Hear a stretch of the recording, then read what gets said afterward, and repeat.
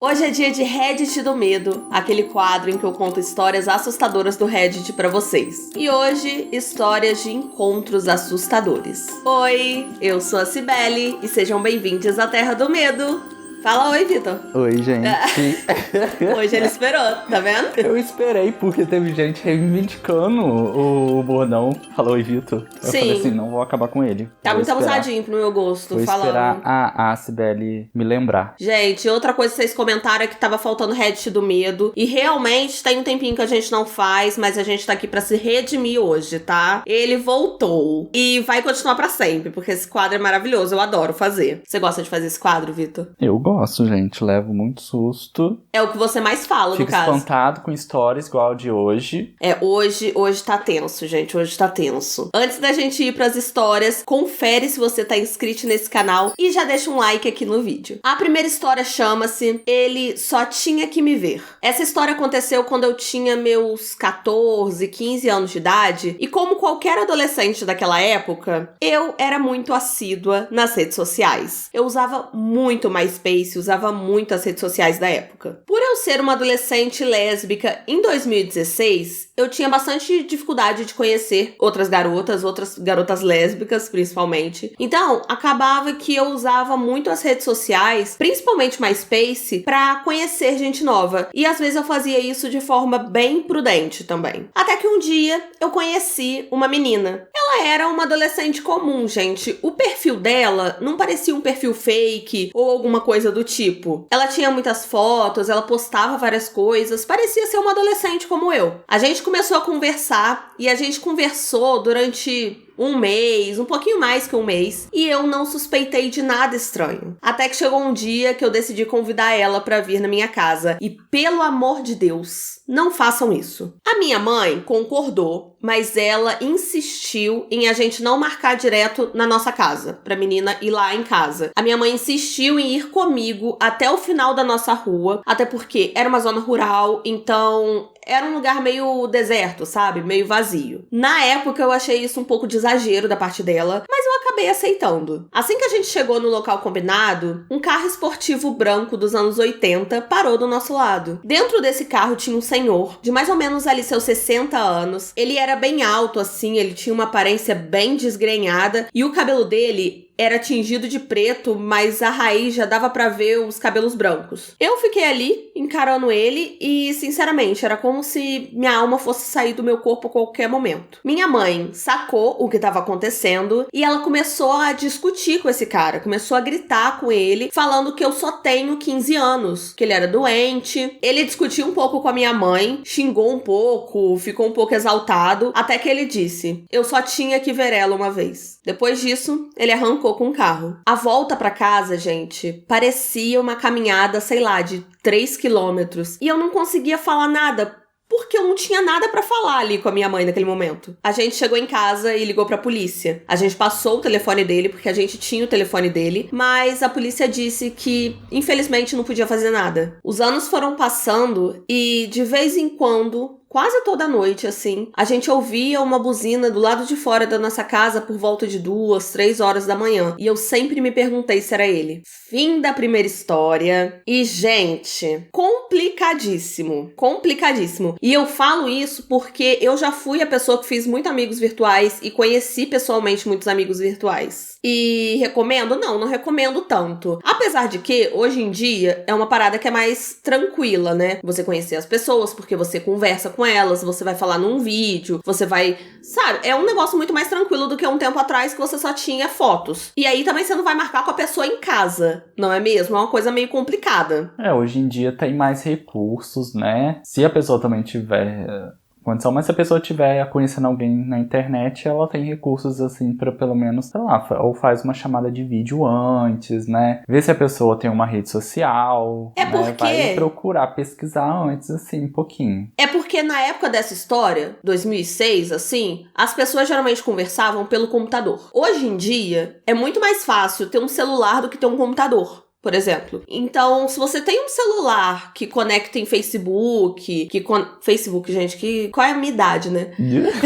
Que conecta no Instagram e etc, você já tem uma câmera e um microfone, pelo menos, o que não era realidade há um tempo atrás. Então já fica mais fácil, é isso que a gente tá falando, né? De qualquer forma, gente, tenham cuidado se vocês forem conhecer as pessoas, não chamem elas pra irem na casa de vocês, principalmente se você não conhece. É sempre bom marcar no local público, se você vai conhecer alguém, tá? Eu sei que é clichê falar isso, mas é clichê porque funciona. Vamos para a segunda história, que chama-se Uma Velhinha Inofensiva. Eu e uma amiga minha, as duas com 20 anos de idade, a gente morava numa casa que tinha 2 andares, era uma casa histórica, e essa casa tinha uma varanda enorme. Nós éramos as únicas que moravam lá, e tinha uma empresa no primeiro andar, que era dos donos da casa, só que eles não moravam lá no primeiro andar, só era a empresa mesmo, e aí eles trabalhavam e depois eles iam pra casa deles. A gente podia entrar pela casa, tanto pela varanda quanto pela lateral da casa. A área ali, o bairro que a gente morava, não era a coisa mais segura do mundo, e era um negócio assim meio escuro. A luz da nossa varanda ficava sempre ligada porque não dava pra enxergar muito além também com a luz ligada da varanda. Você conseguia ver só um espacinho assim de distância e depois já ficava escuro. Por isso, a minha colega de quarto, quando chegava em casa, né, quando tava perto de chegar em casa, ela me ligava e pedia pra eu esperar ela ali na janela, pra eu ver ela chegando, que isso deixava ela mais tranquila. Quando ela entrava na varanda, eu já não conseguia mais ver ela por causa do ângulo da janela mesmo. Mas até ela chegar na varanda, eu conseguia ficar observando ela pra ver se ninguém ia chegar nela ou coisa assim. Aí beleza. Teve uma noite que ela me ligou. Era coisa de 15 pras 10 da noite, assim, já era bem tarde. E eu fui pra janela pra ver ela chegando. Eu consegui ver ela quando ela tava coisa de 200 metros da nossa casa. A gente tava ali conversando, até que ela falou que a luz da varanda estava desligada. O que não era comum, a gente sempre deixava, principalmente quando uma de nós duas estávamos na rua, a gente deixava a luz da varanda ligada. Eu não tinha notado porque, como eu falei com vocês, do ângulo da minha janela não dava pra ver a varanda, então não tinha como eu saber se a luz estava ligada, desligada. Aí a gente pensou, das duas uma. Ou os proprietários esqueceram de ligar a luz quando eles foram embora, ou então a lâmpada queimou. Quando ela estava subindo os degraus da varanda, eu ouvi uma voz masculina de fundo, só que eu não consegui entender o que essa voz estava dizendo. E do ângulo da minha janela eu consegui ver ela se afastando da varanda, meio assustada assim, sabe? A pessoa falou alguma coisa de novo, só que dessa vez eu consegui entender o que essa pessoa falou. E a voz era uma voz muito profunda e era claramente uma voz masculina. A voz dizia: "Não se preocupe, eu sou uma velhinha inofensiva, eu não tô aqui pra te machucar." E eu fiquei pensando, se fosse uma velhinha inofensiva, ela falaria isso?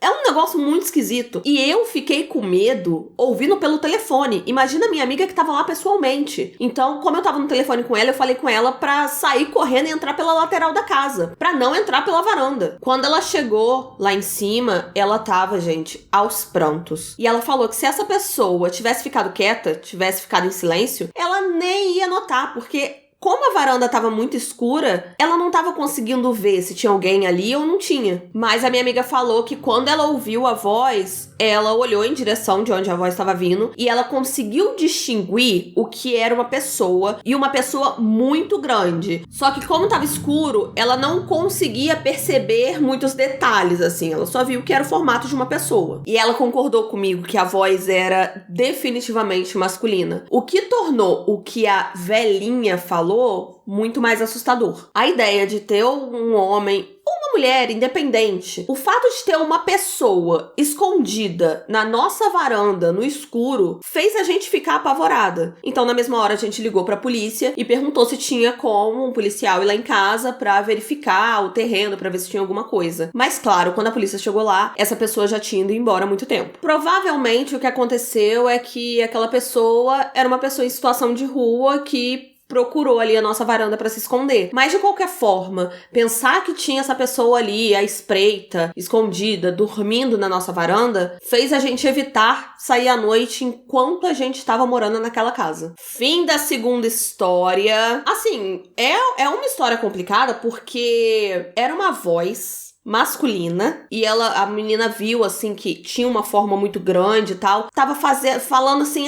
eu sou uma velhinha, eu não vou te fazer mal. Gente, quando você tem que explicar que você não vai fazer mal, já fica complicado ali. Mas é porque é diferente, porque lá nas casas também, lá nos Estados Unidos, eu não sei como é que funciona, mas tem aquela coisa do quintal, né? De ter o quintal em aberto e não ter um muro, porque aqui no Brasil, geralmente a gente tem muro pra dividir a casa, mas de qualquer forma, assim, é uma situação que me deixou bastante assustada, porque você imagina, se chegar na sua casa e ter...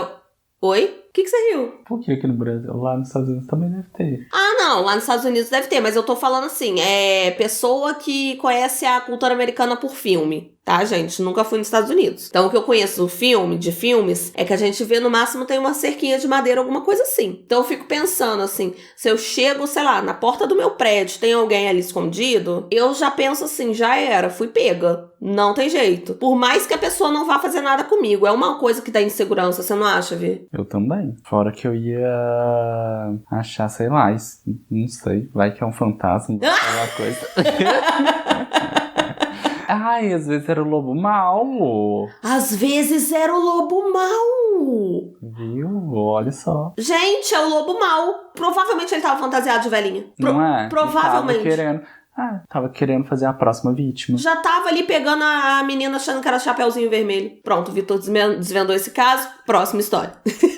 Vamos pra última história, mas antes deixa aquele like aqui e confere de novo se você tá inscrito nesse canal. A última história chama-se O Encontro Mais Assustador que eu já tive. Essa é uma história de muitos anos atrás, mas eu me lembro dela como se fosse hoje. Era a época da faculdade e eu gostava de jogar vôlei no meu tempo livre. Teve um certo dia que a gente foi jogar muito mais tarde do que a gente estava acostumado e num lugar muito distante da minha casa. Todo mundo que jogava era estudante. Então você pensa, era muito complicado a gente chegar lá e voltar porque a maioria de nós não tinha carro. Então não tinha nem como a gente se ajudar assim, eu te levo, eu vou de carona, coisa e tal. O treinador acabou oferecendo ali uma caroninha pra mim e pra alguns outros alunos, né? Alguns outros jogadores que eram bem mais velhos do que eu. Então, eu já fiquei mais tranquila, que eu pensei assim, pelo menos a garantia de voltar pra casa eu tenho, né? Só que o treinador morava a coisa de 3 quilômetros de distância da minha casa. E aí, o que ele fez? Ele me deixou na porta da casa dele e ele falou que não tinha problema eu ir andando dali, porque era perto, era de boa, eu podia ir andando. Sendo que já tinha passado da meia-noite. Então, assim, tava muito tarde. A rua tava muito deserta. Só que tanto o treinador quanto os jogadores, os outros alunos, né, que estavam com a gente, falaram que era tranquilo, que era de boa, que eu ia ficar bem. Eu não ia ficar ali discutindo, e ele também já tinha me dado carona até ali, eu também não ia ficar ali mais tempo, porque já tava tarde, e eu comecei a andar pra minha casa. Eu decidi ir por uma rua que era bem iluminada, era uma rua bem iluminada mesmo. De um lado da rua tinham vários apartamentos, e do outro lado da rua tinha um cemitério e várias árvores. Naquela hora, não tinha trânsito nenhum na rua. Quando eu tava no meio do caminho, um carro branco apontou na esquina, assim, e ele diminuiu a velocidade quando ele notou que eu tava ali andando sozinha. Meu coração começou a disparar nessa hora. Eu não tinha muito o que fazer, então eu comecei a fazer eu acreditar que eu tava imaginando coisa, que era só o medo, que eu já tava com medo de estar andando aquela hora sozinha. Então eu tentei me acalmar e continuei andando em direção à minha casa. Passou um tempo, o mesmo carro branco passou por mim de novo e andando muito devagar. Eu olhei bem na cara do motorista e eu vi que ele tava reparando em mim de cima a baixo. Nessa hora eu fiquei completamente congelada. O carro seguiu um pouquinho mais pra frente e deu uma viradinha. Nisso eu aproveitei pra ir na direção de um dos apartamentos daquela rua e eu me escondi atrás de um muro. E eu fiquei lá, paradinha, escondidinha. Depois de alguns minutos, o mesmo carro branco reapareceu naquela rua. Ali perto de onde ele achava, né, que eu tava escondida, ele andou devagar e ficou me procurando. Só que eu tava muito escondida, muito parada, rezando pra não fazer nenhum barulho. Então ele ficou um tempo me procurando e depois ele saiu em disparada. Bem, eu já tava apavorada, sem saber o que fazer, então eu comecei a pensar nas opções que eu tinha. O apartamento que eu tava ali escondidinha tava todo apagado, então eu comecei a olhar em volta. Do lado desse apartamento tinha uma casa, e nessa casa eu pude ver que tinha uma janela que tava com a luz acesa. Então tinha alguém em casa, provavelmente. Então o que eu pensei? Vou correndo até essa casa, bato na janela e peço um telefone, peço pra ligar pra alguém. Porque naquela época ninguém andava com celular, assim, que nem hoje em dia. Então eu não tava com celular também. Eu respirei fundo e saí correndo em direção àquela janela que tava com a luz acesa. E eu tava tremendo igual vara verde, gente. Eu tava tremendo da cabeça aos pés. Eu toquei a campainha, ninguém atendeu. Toquei a campainha de novo. Ninguém atendeu. E quando eu toquei pela terceira vez, uma mulher colocou a cabeça pra fora da janela e perguntou o que eu queria. E eu reparei que ela também parecia um pouco assustada. Eu expliquei toda a situação pra ela, eu contei do carro branco, contei que eu tava com medo de voltar pra casa. E eu implorei pra ela pra eu poder usar um telefone pra eu ligar pro meu namorado, pra ele vir me buscar, alguma coisa assim. Ela ficou bem relutante, assim. Ela não queria me deixar entrar na casa dela. Então ela me entregou o telefone ali pela janela, de uma forma que eu não pudesse mesmo entrar na casa dela. Ela tava bastante assustada também. Eu disquei o número do meu namorado. Chamou, ninguém atendeu. Provavelmente por conta do horário, ele já tava dormindo há muito tempo, mas eu tinha que tentar, era a minha única esperança. E eu já tava tremendo e chorando já, sem saber o que fazer, até que o carro branco passou de novo pela rua. A mulher viu que eu surtei quando eu vi o carro branco. Eu fiquei completamente desesperada. Daí ela percebeu que não era uma armadilha, não era uma ameaça. E me fez entrar na casa dela. Aí ela me deu alguma coisa pra beber, esperou me acalmar. Depois de um tempo ela se ofereceu pra me levar em casa. E olha, eu aceitei sem nem pensar duas vezes. Ela me levou até a porta da minha casa e ficou esperando eu entrar em segurança. Ela não arredou o pé antes que eu entrasse na minha casa. No dia seguinte eu voltei até a casa dela, levei alguns presentes e eu não tinha nem palavras pra agradecer essa mulher o que ela fez por mim, porque sinceramente eu não sei o que teria acontecido comigo se eu tivesse continuado andando sozinha pra casa. Aí ela acabou confessando que ela ficou bastante assustada, ficou com medo de ser algum golpe, alguma coisa, mas ela ficou muito feliz em me ajudar. Mais ou menos uma semana depois, eu vi no jornal local lá da cidade que um homem tinha sido preso depois de abusar de várias mulheres que ele tinha sequestrado no seu carro branco. Fim da terceira história. Terceira história desse vídeo. E, sinceramente, histórias de mulheres perseguidas são as piores pra mim, assim. Eu entendo que, pegou carona, tem que estar agradecida, que, poxa, pelo menos a gente deu carona até 3 km da sua casa. Mas, gente, vamos combinar que 3 km de carro é uma coisa muito, muito rápida. É nem 15 minutos. 15 minutos, vamos pôr. 15 minutos andando de carro, você chega em 3 km. Você andando 3 km, gente, é coisa de 1 hora. Então, tipo assim, você vai dar carona se não tiver acontecendo alguma coisa muito louca. Pô, dá carona pra menina tá em casa. Tô sendo abusada, Vitor? Ai, gente, não sei, assim, se a pessoa, a gente mora nesse bairro, a gente te deixa até tal ponto que é melhor pra mim, porque senão depois vai ser muito fora de mão. Aí tudo bem, mas aí se já dispôs a dar carona especialmente pra essa pessoa, dá carona completo, não custa nada. Ai, não sei, gente. É porque também era uma época que era muito difícil. Hoje em dia, você chama um Uber, você chama um negócio, ó a publi de graça. Mas você chama táxi, fazendo outra publi. Você já tá com outra pública. Mas eu tô me colocando no lugar, era um homem levando ela. Eu, como mulher, ficaria muito assim de deixar a pessoa ir sozinha. Por ser mulher e por ter medo de andar sozinha na rua. Porque homem tem medo de assalto, geralmente, esse tipo de coisa. Mulher tem medo disso mesmo, gente, do que aconteceu nessa história. De ser abusada. Não falarei outra palavra porque eu pretendo ganhar dinheiro com esse vídeo. Mas é disso que a gente tem medo. Porque, infelizmente, essas coisas acontecem. Então, a primeira coisa que a gente pensa. E agora, a mulher da casa, a mulher da casa, eu ficaria com muito medo de ser uma armadilha, Vitor. Eu entendi o lado dela, né, dela esperar pra ver se realmente não era armadilha, porque poderia muito bem ser. Do nada aparece uma menina gritando e falando que tem alguém perseguindo ela e tal. Fica a dúvida, né? É porque é muito perigo diferente nesse mundo pra você simplesmente abrir a porta da sua casa, assim, né? Sim, eu sinceramente iria pensar, é uma armadilha, essa menina vai entrar, depois vai entrar um monte de gente. Gente, eu sou apavorada. Eu sou uma pessoa apavorada, essa é a questão. E eu tenho mais medo, já falei, mais medo dessas histórias que tem a ver com gente do que fantasma. Você, Vitor, tem mais medo de gente ou de fantasma? Ai, dá uma equilibrada. Dá uma equilibrada.